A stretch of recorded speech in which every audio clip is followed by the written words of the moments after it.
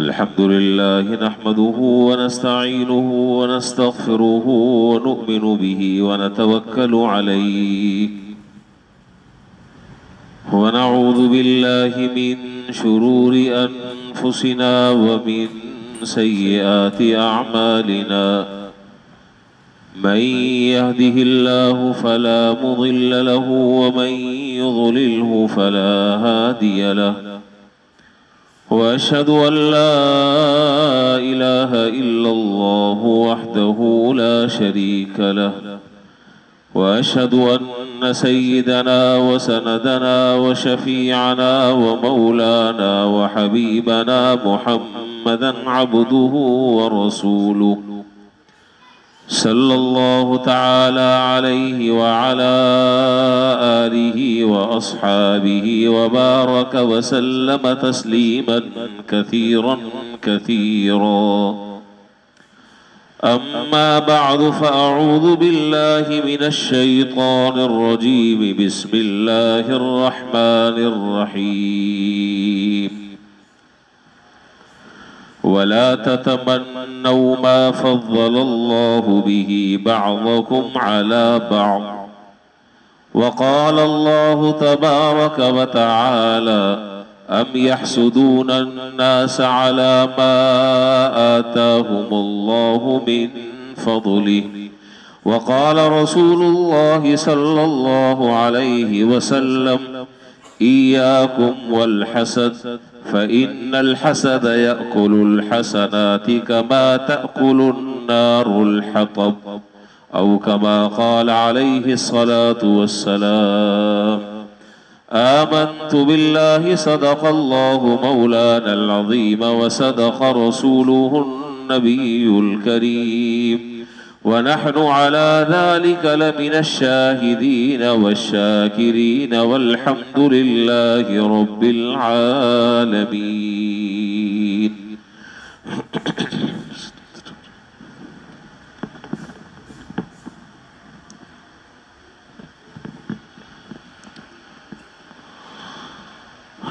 बुजुर्गान मुहतरम व बरादरान अजीज,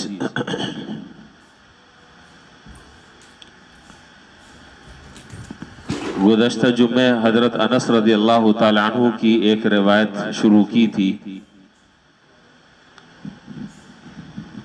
जिस रिवायत में जनाब रसूलुल्लाह सल्लल्लाहु अलैहि वसल्लम ने उन्हें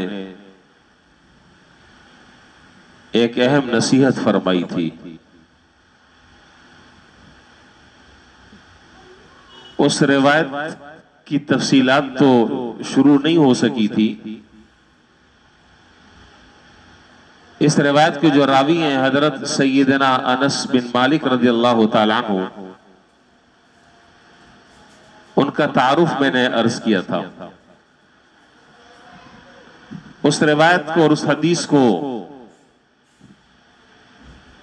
अच्छी तरह समझ लीजिए।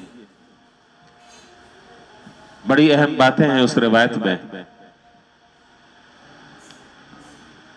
मैंने कुरान करीम के खुतबे में 2 कुरान करीम की आयतें मैंने पढ़ी हैं।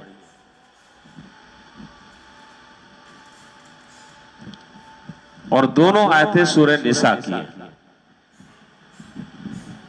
5वां पारा है। पहले तो मैं इन दोनों आयतों का तर्जुमा जिक्र कर देता हूं, फिर मैंने एक हदीस पढ़ी है खुतबे में, उस हदीस का तर्जुमा आपके सामने अर्ज कर देता हूं, फिर इस रिवायत को हम इंशाअल्लाह मुकम्मल करेंगे। सबसे पहली जो आयत है उसमें हक़ ताला जल्ल शानुहु इरशाद फरमा रहे हैं, वला ततमन्नौ मा फ़ज़्ज़लल्लाहु बिही बअज़कुम अला बअज़ लिर्रिजालि नसीबुम मिम्मा इक्तसबू व लिन्निसाइ नसीबुम मिम्मा इक्तसब्न वस्अलुल्लाह मिन फ़ज़लिही इन्नल्लाह काना बिकुल्लि शैइन अलीमा। फरमाया कि उस चीज की तमन्ना मत करो।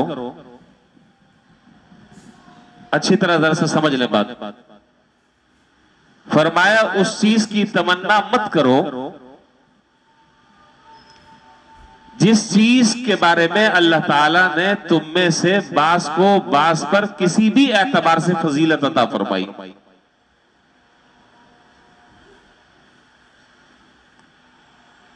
उन चीजों पर तमन्ना मत करो। और अगर इस सारी गुफ्तगू का अगर खुलासा एक लफ्ज में जिक्र किया जाए तो हसद से बचने की तलकीन फरमाई जा रही है। हसद से बचने की तलकीन फरमाई जा रही है। हसद ना करो। अल्लाह ताला ने अपनी मशीयत, अपनी हिकमत और अपने फैसले के मुताबिक अल्लाह ताला ने चीजों को लोगों पर तकसीम फरमाया है। किसी को कुछ दिया है, किसी को कुछ दिया है, किसी को कुछ दिया है, किसी को कुछ दिया है। लिहाजा इस बात की तमन्ना मत करो, इसलिए कि इस बात की तमन्ना करने का हासिल कुछ भी नहीं, सवाए ख्वारी के और सवाए अपने सर दीवार पर मारने के कोई हासिल नहीं। कि अल्लाह ताला ने अपने फजल से तुम में से बास को बास पर फजीलत अता फरमाई, किसी भी एतबार से हो, चाहे वो दुनिया के एतबार से हो या दीन के एतबार से हो। दुनिया के एतबार से आप जानते हैं किसी का मकान अच्छा है, किसी की गाड़ी अच्छी है, किसी का रहन सहन अच्छा है जी, किसी के पास अल्लाह ताला ने उसे अपने फजल से दौलत अता फरमाई है, शाहाना जिंदगी गुजारता है, मनसब अल्लाह ताला ने दिया हुआ है, इज्जत अल्लाह ताला ने अता फरमाई है, कोई मकाम और रुतबा अल्लाह ताला ने अता फरमाया है। ये उसकी तकसीम है। मैं अपने आप को क्यों परेशान कर रहा हूं? ये तकसीम उसकी है। या दीनी एतबार से अल्लाह ताला ने किसी को किसी पर कोई फजीलत अता फरमाई है, कोई तरजीह अल्लाह ताला ने किसी दूसरे पर दी है। किसी को अल्लाह ने इल्म दिया है, तकवा दिया है, हुस्न दिया है, कोई जाहिरी और बातिनी कमाल अल्लाह ताला ने अता फरमाया है, किसी को अल्लाह ताला ने कबूलियत अता फरमाई है, किसी को कोई खास फजीलत अल्लाह ताला ने अता फरमाई है, तो उसकी तमन्ना मत करो ज़ाइल होने की। लिर्रिजालि नसीबुम मिम्मा इक्तसबू वलिन्निसाइ नसीबुम मिम्मा इक्तसब। मर्दों के लिए भी हिस्सा मुकर्रर है जो वो कमाएं, और औरतों के लिए भी वही हिस्सा मुकर्रर है जिसको वो हासिल करें। ये सारी बातें बयान करने के बाद आगे एक जुमला इरशाद फरमाया जो पूरी आयत का हासिल और खुलासा है। वसअलुल्लाह बिन फदली। इन चक्करों में मत रहो, किसकी टांग पकड़कर खींचना है और किसको गिराना है और किसको बेवकूफ करना है, किसको उल्टा लटकाना है, इस चक्कर में मत पड़ो। अल्लाह से अल्लाह का फजल मांगो, सारे मसले हल हो जाएंगे। अल्लाह ताला से उसका फजल मांगो, फजल का सवाल करो।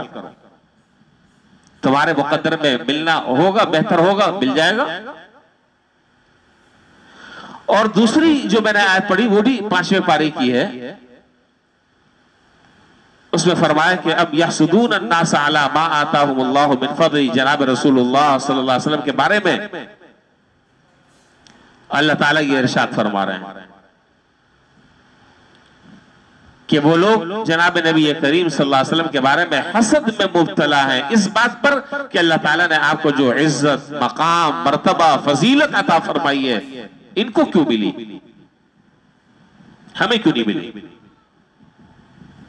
क्यों दिन ब दिन इनके करीब जो है वो मुसलमानों का हल्का बढ़ता जा रहा है, इनकी कबूलियत बढ़ती जा रही है? ये यहूदी और ये मुनाफिकीन और ये कुफार मक्का इस बात पर हैरान और इस बात पर शजदर है कि ये क्यों अल्लाह ताला ने इनको इतनी कबूलियत दे दी है, उस पर हसद कर रहे हैं और जल रहे हैं। ये तो हजरत दोनों आयतों का तर्जुमा है। और उसके बाद मैंने खुतबे में एक हदीस पढ़ी, मशहूर हदीस है। सरकार दो आलम नबी करीम सल्लल्लाहु अलैहि वसल्लम ने इरशाद फरमाया, इय्याकुम वल हसद फ़इन्नल हसद याकुलुल हसनात कमा ताकुलुन नारुल हतब। फरमाया कि देखो, हसद से अपने आप को बचाओ,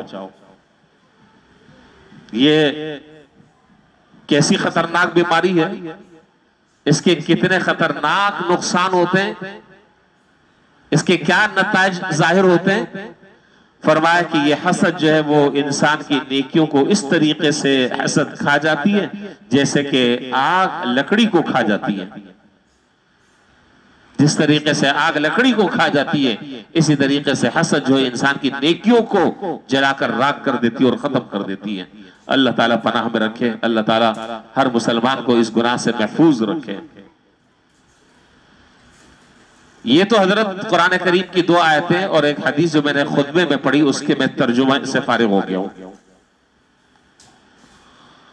अब उस रिवायत पर आ जाए जो रिवायत मैंने पिछले जुमे शुरू की थी और जिसे इंशाअल्लाह आज मैं मुकम्मल करूंगा, अल्लाह ने चाहा तो। हजरत अनस बिन मालिक रज़ियल्लाहु ताला अन्हु फरमाते हैं कि एक मर्तबा जनाब नबी करीम सल्लल्लाहु अलैहि वसल्लम ने मुझसे इरशाद फरमाया, इनका तारुफ मैं पिछले जुमे करा चुका हूं तफसील के साथ। बड़े चहीते सहाबी हैं और हुजूर अकरम सल्लल्लाहु अलैहि वसल्लम की 10 साल तक के उन्होंने खिदमत की है और आपने उनको उस खिदमत पर दुआएं दी हैं और वो दुआएं अल्लाह ताला ने उनके हक में कबूल फरमाई। फरमाया कि जनाब रसूलुल्लाह सल्लल्लाहु अलैहि वसल्लम ने मुझसे इरशाद फरमाया कि या बुनैया, ए मेरे प्यारे बेटे, इन कदरता अन तुस्बिहा व तुमसिया, ए मेरे प्यारे बेटे, अगर तुम्हें इस बात पर कुदरत हो कि तुम सुबह करो और शाम करो इस हाल में कि वलैसा फी क़ल्बिका गश्शुन लिअहदिन फफ़अल, कि सुबह और शाम तुम इस हाल में करो कि तुम्हारे दिल में किसी के बारे में कोई कीना और हसद ना हो। यानी तुम्हारी सुबह और तुम्हारी शाम इस हाल में होनी चाहिए कि तुम्हारे दिल में किसी मुसलमान के बारे में कोई हसद, कीना, बुग़्ज़ न हो। फफ़अल, तो ये काम कर लो, ये काम कर लो। सुम्मा क़ाल या बुनैया, और फिर फरमाया कि ए मेरे प्यारे बेटे, वज़ालिका मिन सुन्नती वमन अहब्ब सुन्नती फ़क़द अहब्बनी वमन अहब्बनी कान मई फिल जन्ना, इसलिए कि ये ऐसा करना ये मेरी सुन्नत से इसका ताल्लुक है और जो मेरी सुन्नत से मोहब्बत करता है दर हकीकत वो मुझसे मोहब्बत करने वाला है और जो मुझसे मोहब्बत करेगा कल क़यामत के दिन वो मेरे साथ जन्नत में होगा। इस हदीस से चंद बातें मालूम हुई। सबसे पहली बात तो यह है कि आपने ये जो जुमला इरशाद फरमाया कि या बुनैया इन कदरता अन तुस्बिहा व तुमसिया वलैसा फी क़ल्बिका गश्शुन लिअहदिन फफ़अल, ये जो जुमला है, इस जुमले से बज़ाहिर ये समझ में आ रहा है और उसमें इस तरफ लतीफ इशारा है कि ये काम कोई आसान नहीं है, ये काम मुश्किल है। और आज हम उसका तजर्बा कर लें, आज हम उसका तजर्बा कर लें। ये काम आसान नहीं है, ये काम बड़ा मुश्किल है, बहुत मुश्किल है। लेकिन जब तुम अल्लाह ताला से मदद मांगते रहोगे, अल्लाह ताला से उससे फजल का सवाल करते रहोगे, अल्लाह ताला से इस हसद से बचने की दुआ करते रहोगे, तो अल्लाह ताला इसको तुम्हारे लिए आसान भी फरमा देंगे। ऐसा मुश्किल नहीं है कि आदमी ना कर सकता हो। अगर ना कर सकता और उसकी कुदरत ही उसके अंदर ना होती तो अल्लाह ताला इस हुक्म का हमें मुकल्लफ भी ना बनाते। इंसान जो है वो उन अहकामात का मुकल्लफ है जो उसके दायरे इख्तियार में हैं, और जो चीज दायरे इख्तियार में ही नहीं है उसका मुकल्लफ नहीं है इंसान। तो इससे इशारा इस बात की तरफ कर दिया कि ये काम है जरा मुश्किल,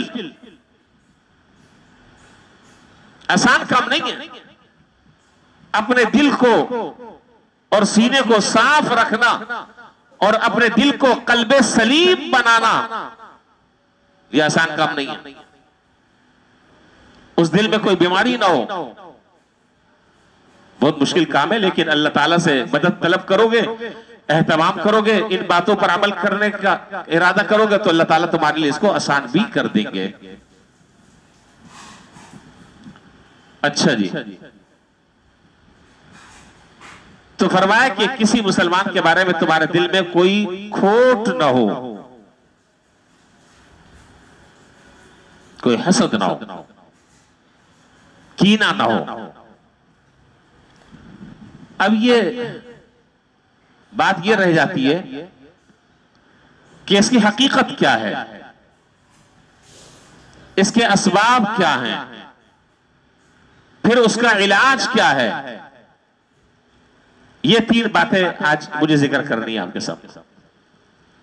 अल्लाह ताला मुझे भी इन बातों पर अमल करने की तौफीक अता फरमाए और आपको भी। असल मकसद है अमल करना, मालूम सबको है और आपको शायद मुझसे ज्यादा मालूम होगा। मसला मालूमात का नहीं है, मसला है अमल करने का, दिल में इन बातों को उतारने का। यह है असल मसला। अल्लाह ताला तौफीक अता फरमाए। अल्लामा नबवी रहमतुल्लाह अलैह ने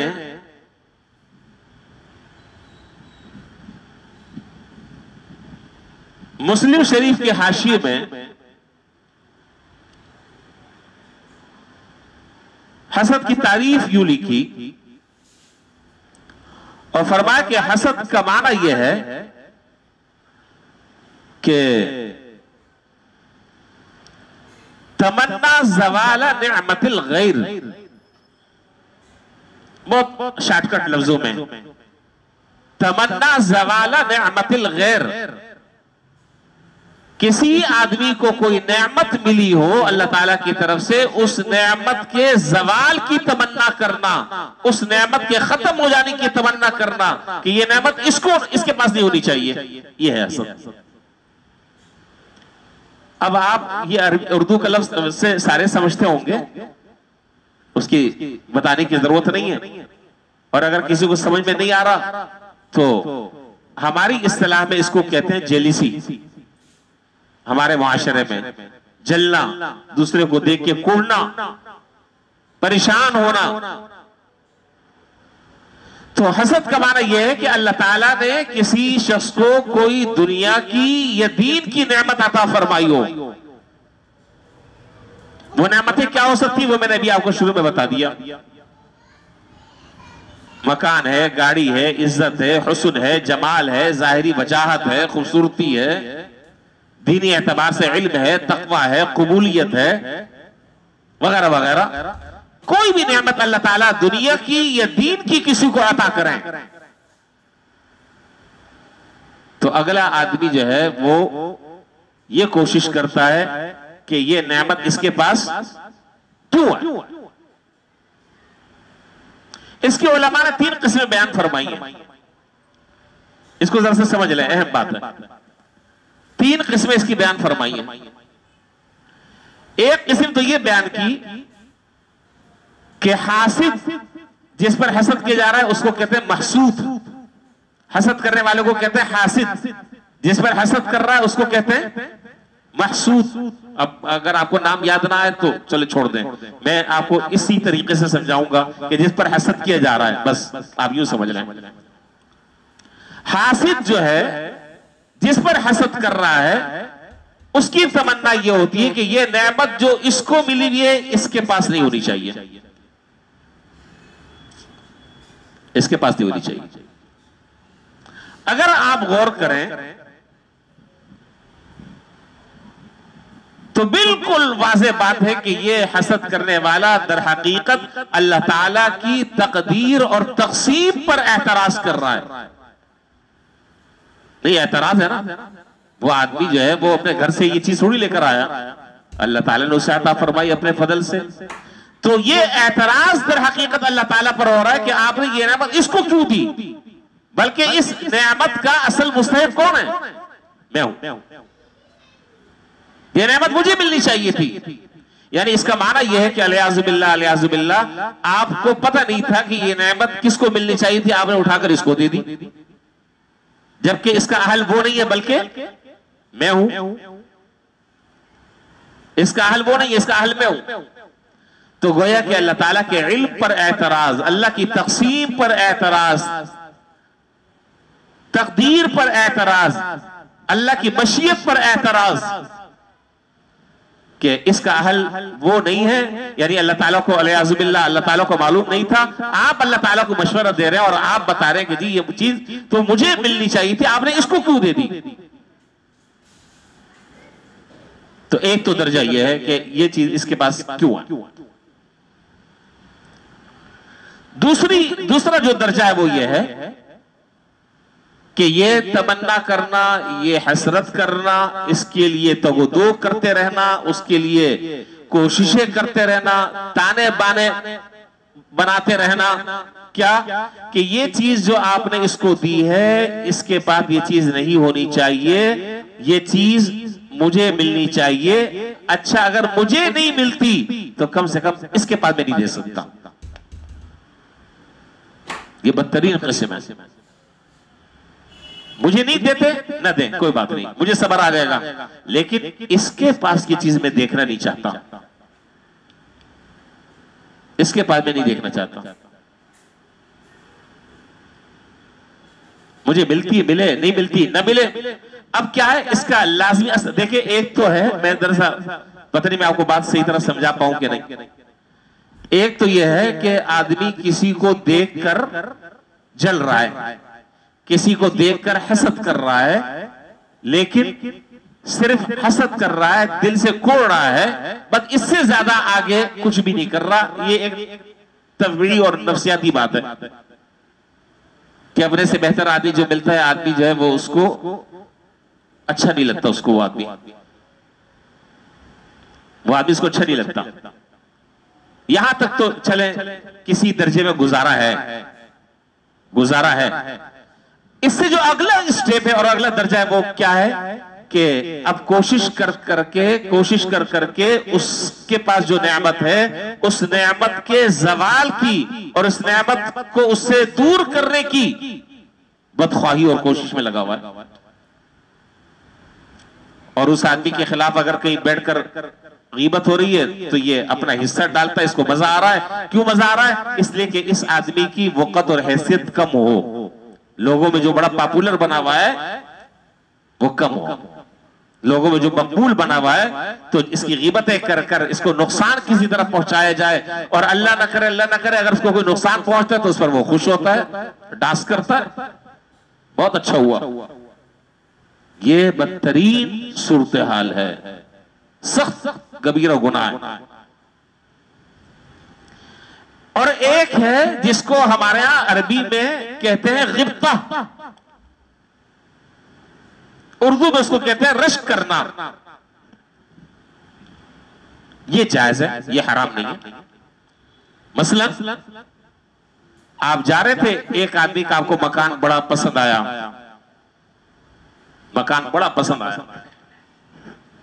उस बेचारे ने मकान बहुत दिल से बनाया है, तबीयत से बनाया है, तो उसका मकान देखकर हम क्या कहते हैं? नहीं, माशाल्लाह नहीं कहते, आप कहते होंगे। उसके मकान को देखकर सबसे पहले अब मनफी चीजें जो है हमारी स्टार्ट होती हैं। आप बात समझ रहे हैं कि नहीं? मनफी चीजें, अरे ये देखो कल तक तो साइकिल चलाता था, कल तक जो है वो 50 पे घूमता था जी, और पुराने जमाने की एफएक्स ली थी, और आज तो उसने वैगनार ले लिए 2020 का मॉडल। हाँ, मेरी भी 2020 का मॉडल है वैगनार। हाँ, ये जो मैं बातें कर रहा हूं ना, ये बाज बेचारे ऐसे भी हैं कि उनके दिल पर सांप लौट रहा होता है, लेकिन क्या करें, उनकी जिंदगी इसी में खत्म हो जाती है, मरते जलते और चेहरे का रंग भी बिल्कुल काले कौवे की तरह हो जाता है। सच कह रहा हूं आपसे। और जो आदमी अल्लाह ताला से दुआएं करता रहे और अल्लाह ताला की हिफाजत में आ जाए, उसको दुनिया की और कोई मखलूक कोई नुकसान और जरर नहीं पहुंचा सकती। ये हमारा ईमान है। एक साहब जो है, मुझे बहुत पुरानी बातें याद आती हैं। एक साहब जो है वो काफी पुरानी बातें, वो साहब यहाँ नहीं है, कहीं शिफ्ट हो गए नारताजाबाद में, नमाजी थे हमारे, कभी कभार आते हैं, सलाम दुआ हो जाती है। तो बहुत पुरानी जमाने की बात है, 10-12 साल हो गए तकरीबन इस बात को। तो उस वक्त मैंने जो है वो एक गाड़ी तब्दील की थी। ये मेरा अपना जाती मसला है, मैं गाड़ी छोटी लूं, बड़ी लूं, लैंड क्रूजर लूं, करोला लूं, जी ये मेरा मसला है। किसी आदमी से अगर चंदा मांगो या किसी आदमी से 100 रुपए मांगो तो वो यहां खड़ा हो जाए, बता दे। इतना बड़ा दावा कर रहा हूं यहां पर बैठ के, लेकिन वो परेशानी। तो मुझे फरमाने लगे, नमाज के बाद मुझे पकड़ लिया, फजर के बाद मुझे कहने लगे कि आपने दूसरी गाड़ी ले ली। हाँ सही कह रहा हूं, आप हंसे नहीं। इसी तरह का आपने दूसरी गाड़ी ले ली। मैंने कहा जी हाँ। मैंने कहा आपको कोई तकलीफ हो रही है? कहले नहीं खुशी हो रही है। मैंने कहा मस्जिद में शर्म करनी चाहिए, मस्जिद में खड़े होकर झूठ बोलते हो। आपको खुशी नहीं हो रही है? आपके सीने पर सांप लौट रहे हैं। मैंने कहा खुशी नहीं हो रही, मस्जिद में झूठ मत बोलो अल्लाह के सामने खड़े होकर, आपके सीने पर सांप लौट रहे हैं। पता चल जाता है, आदमी एक बात करता है उस जुमले से अल्हम्दुलिल्लाह अंदाजा हो जाता है कि इस आदमी को खुशी हो रही है, ये पेट में मरोड़ हो रही है, पता चल जाता है। तो एक अच्छा मौलवी बेचारा जो है उसकी तो पता, उसके तो मुकद्दर में यही लिखा हुआ है, मौलवी बेचारा के मुकद्दर में यही लिखा है, वो किसी से ना मांगे फिर भी एतराज, और मांगे तो भी एतराज। खैर मैं फिर किसी और तरफ चला जाऊंगा और बात सारी मेरी रह जाएगी। अब आ जाए वापिस उसी बात पर। तो मकान जब हम किसी का देखते हैं कि बड़ा आलीशान और शानदार मकान है, तो फिर हम यहां से उसका ताना बाना शुरू करते हैं कि कल तक तो ये चल रहा था 50 पे, किराए के मकान में रहता था झोपड़ी में, आज इतना बड़ा आलीशान महल बना लिया। हमारी सोच ये है, हदीस शरीफ में है कि अगर कोई आदमी किसी की कोई चीज देखता है और देखकर तबीयत को अच्छी लगती है तो माशाअल्लाह कह दे, उसी वक्त उसके लिए दुआ कर ले कि अल्लाह इसको ये चीज आफियत के साथ बरतना नसीब फरमा दे, इस चीज में इसके लिए खैर बरकत डाल दे, इसके शर से इसकी हिफाजत फरमा दे, और अल्लाह ताला से ये दुआ कर ले कि या अल्लाह अगर मेरे हक में भी बेहतर हो तो ये मुझे भी अता फरमा दे। ये हसद नहीं है, ये गिब्ता है, इसको उर्दू में रश्क करना कहते हैं। ये जायज है कि दूसरे के पास देखकर आप उसके उस नेमत को जायल करने की कोशिश नहीं कर रहे, उसके लिए साजिशें नहीं कर रहे, बल्कि दुआ कर रहे हैं दिल से कि अल्लाह ताला उसको और आफियत के साथ बरकरार नसीब फरमाए और इस पर अपनी नेमतें के दरवाजे आप खोल दें। या अल्लाह अगर मेरे हक में भी बेहतर होता मुझे भी अता फरमा दें, बस यहां तक। लेकिन हजरत ये चीज नहीं है, मादरत चाहता हूं, ये चीज नहीं है। साजिश साजिश साजिश साजिश, पूरी जिंदगी उम्र साजिश करते करते करते करते बेचैनी बेकरारी में पूरी जिंदगी गुजर जाती है, लेकिन सुकून नहीं मिलता।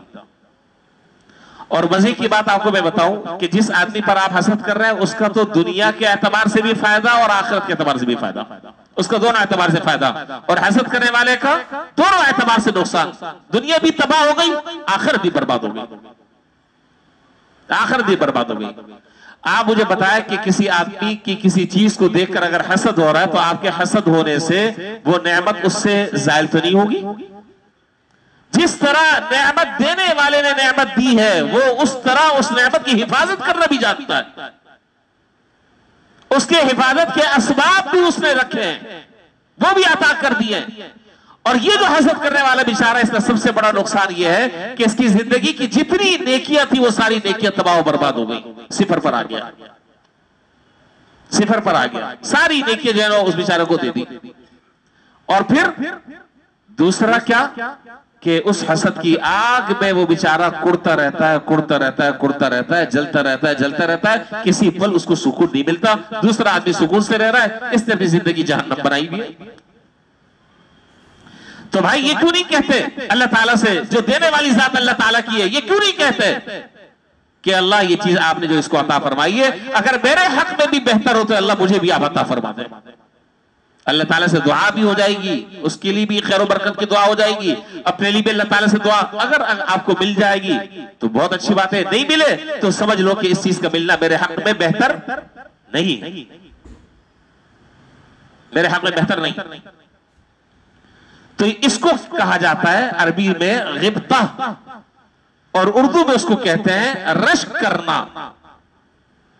रश करना, ये रश करना जायज है, लेकिन हसद करना, किसी की नेमत को देखकर जलना, पेट में दर्द उठना, ये खतरनाक अमल है, खतरनाक अमल है। अल्लाह ताला पनाह में रखे। लेकिन अगर आप आज इस वक्त मुआशरे पर अगर आप एक नजर डालें, हर दूसरा आदमी जो है वो हसद के इस गुनाह के अंदर मुब्तला है, चाहे वो मौलवी हो, चाहे वो मुफ्ती हो। मैं बात बिल्कुल साफ साफ कर रहा हूं। और आम आदमी से ज्यादा हसद जो है वो मौलवियों में, ये भी मैं आपको बता दूं, सच कह रहा हूं। अब तो इस लाइन के ना, हम तो हर बंदे को देखते रहते हैं, उसके हालात हमारे सामने आते रहते हैं। अल्लाह ताला पनाह में रखे, अल्लाह हिदायत नसीब फरमा दे, अल्लाह समझ बूझ अता फरमा दे। ये बेचारे अपना नुकसान कर रहे हैं, नुकसान कर रहे हैं, अगले का कोई नुकसान नहीं हो रहा, वो तो मस्त है, मस्त कलंदर। अल्लाह ताला पनाह में रखे। तो अगर किसी के बारे में उलमा ने लिखा कि अगर किसी के बारे में हसद हो रहा है तो अल्लाह ताला से दुआ करे कि या अल्लाह इसको और नेमतों में इसकी इजाफा फरमा। दुआ होगी, दुआ होगी, कैसे होगी, कैसे होगी? मैं नहीं समझता कि जबान से दुआ के अल्फाज निकल जाएं, सवाल ही पैदा नहीं होता। अल्लाह ताला हमें अपनी इस्लाह करने की तौफीक अता फरमाए। अल्लाह हमारे अंदर से ये जो रज़ाइल और ये जो बीमारियां हैं ना खतरनाक, जिसने हमें घुड़ की तरह अंदर से चाट कर रख दिया है, अल्लाह ताला से हमारी हिफाजत फरमाए। तो ये सबसे पहला हसद जो है ये शैतान से चला है, शैतान से चला है। हज़रत आदम अलैहिस्सलाम पर हसद किया था, वहीं से ये चलता चलाता यहां पहुंचा। और जिस पर आप हसद कर रहे हैं, अल्लाह ताला का अगर उस पर फजल है तो दुनिया की कोई ताकत उसको रुसवा नहीं कर सकती। आप जितना कोशिश करते रहे, जिंदगी खत्म हो जाएगी आपकी इन चक्रों में, लेकिन हासिल कुछ भी नहीं। मुझे बात याद आई, किताबों में लिखा है, किसरा जो बादशाह गुजरा है,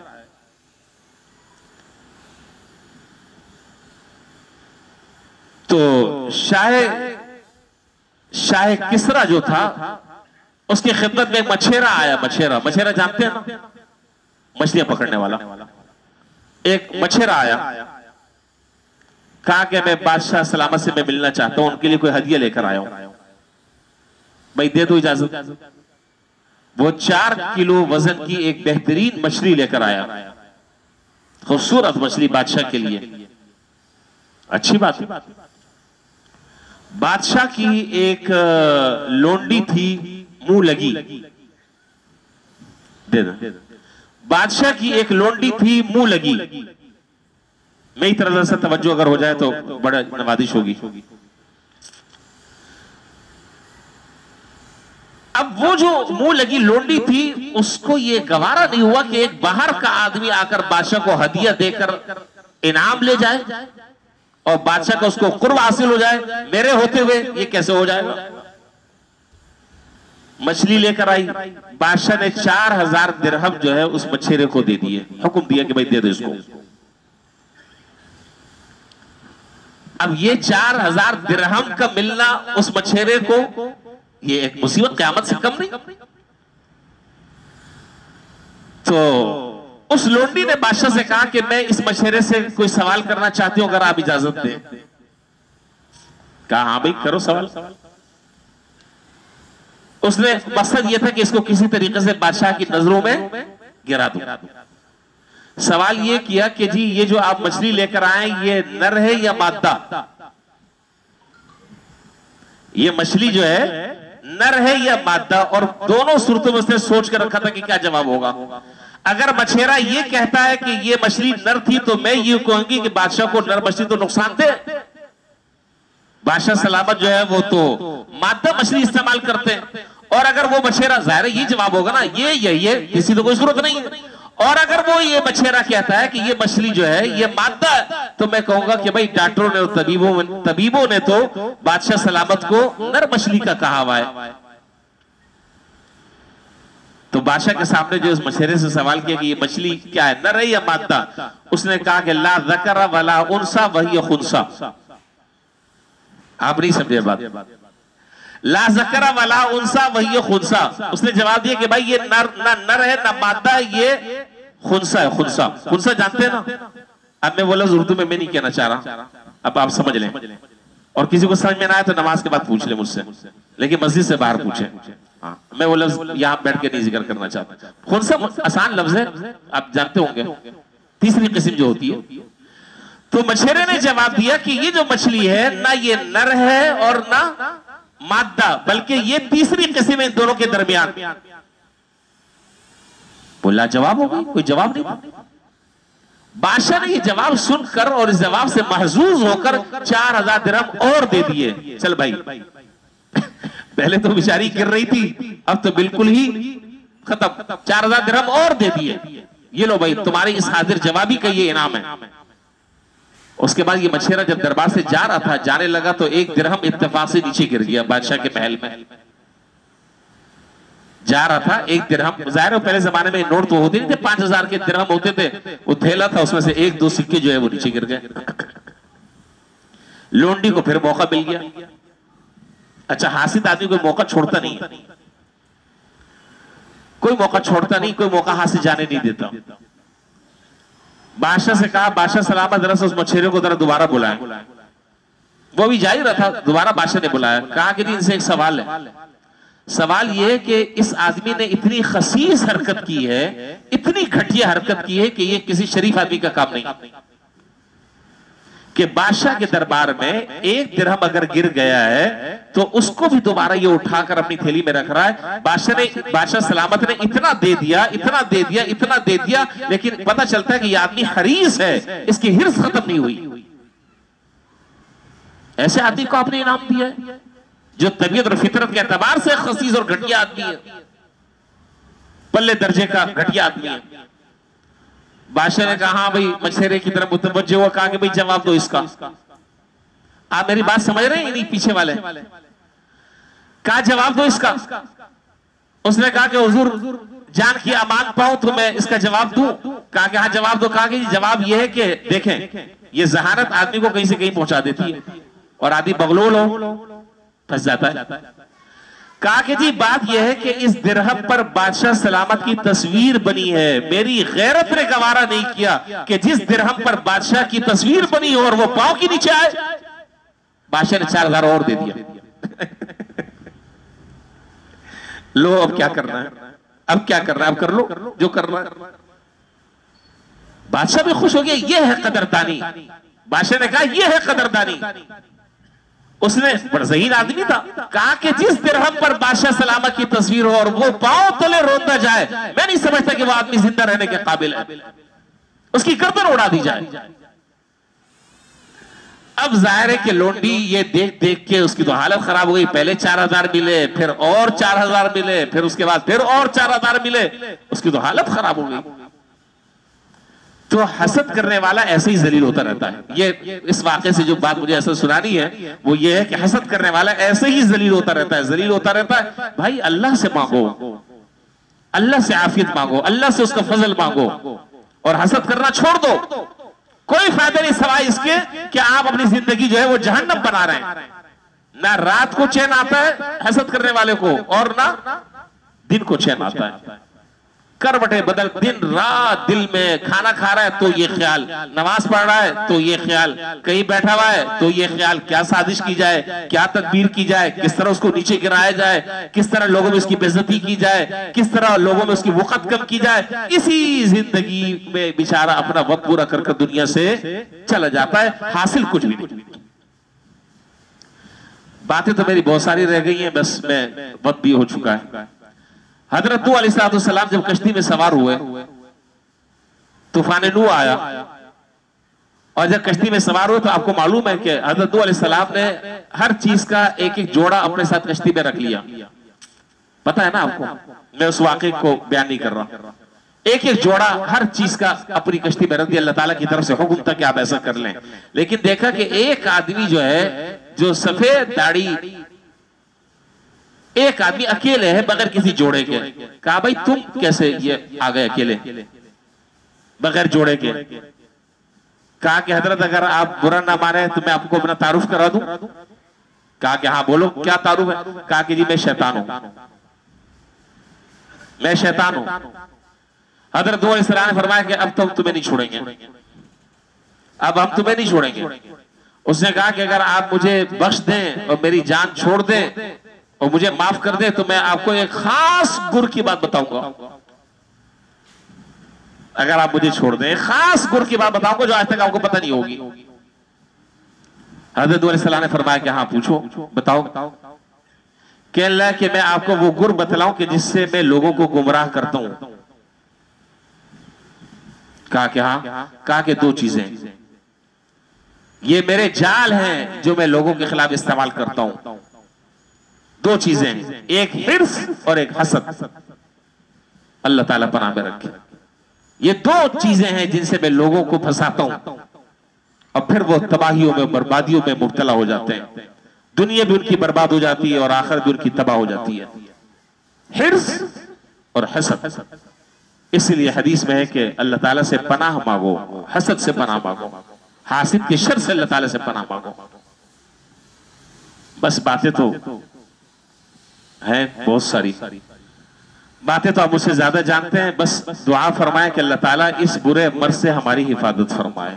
अल्लाह ताला ये जो दिल के जो बातिनी अमराज और बातिनी बीमारियां हैं, उन बीमारियों में खतरनाक तरीन बीमारियां हैं। इसी हसद से आदमी गीबत करता है, इसी हसद की वजह से आदमी दूसरे से बुग़्ज़ करते हैं, इसी हसद की वजह से दिलों में कीना होता है। और ये बात आपको मालूम है कि क़यामत के दिन जो है वो कीना परवर की अल्लाह ताला बख्शिश नहीं फरमाएंगे। ये ऐसा बदनसीब आदमी है कि जिसकी शब कदर भी रात को भी उसकी बख्शिश नहीं होती। अल्लाह ताला ऐसे आदमी की बख्शिश नहीं फरमाते। इस रात भी, शब कदर वाली रात भी, जिस रात तमाम लोगों की बख्शिश हो जाती है, ये आदमी महरूम रहता है। अल्लाह ताला हम सबको इससे बचने की तौफीक अता फरमाए और इस बीमारी से अल्लाह ताला हम सबकी हिफाजत फरमाए। और जो हासिदीन है अल्लाह उन्हें हिदायत नसीब फरमाए। अल्लाह ताला उनके साथ भी अपने रहम और करम का मामला फरमाए। वो बेचारे लाइल्मी में जिस तरफ चल रहे हैं अल्लाह ताला उन्हें समझ बूझ नसीब फरमाए और इस गुनाह से अल्लाह ताला उनकी भी हिफाजत फरमाए, हमारी भी हिफाजत फरमाए। अल्लाह ताला से अल्लाह का फजल मांगे, अल्लाह से आफियत मांगे और अल्लाह ताला से खैर का सवाल और खैर की भलाई की दुआ करते रहे। इंशाअल्लाह अल्लाह ने चाहा कुछ भी नहीं होता इन चीजों से। और मैं आपको बताऊं कौन सा घर ऐसा है कि जो घर इस चीज से बचा हुआ हो।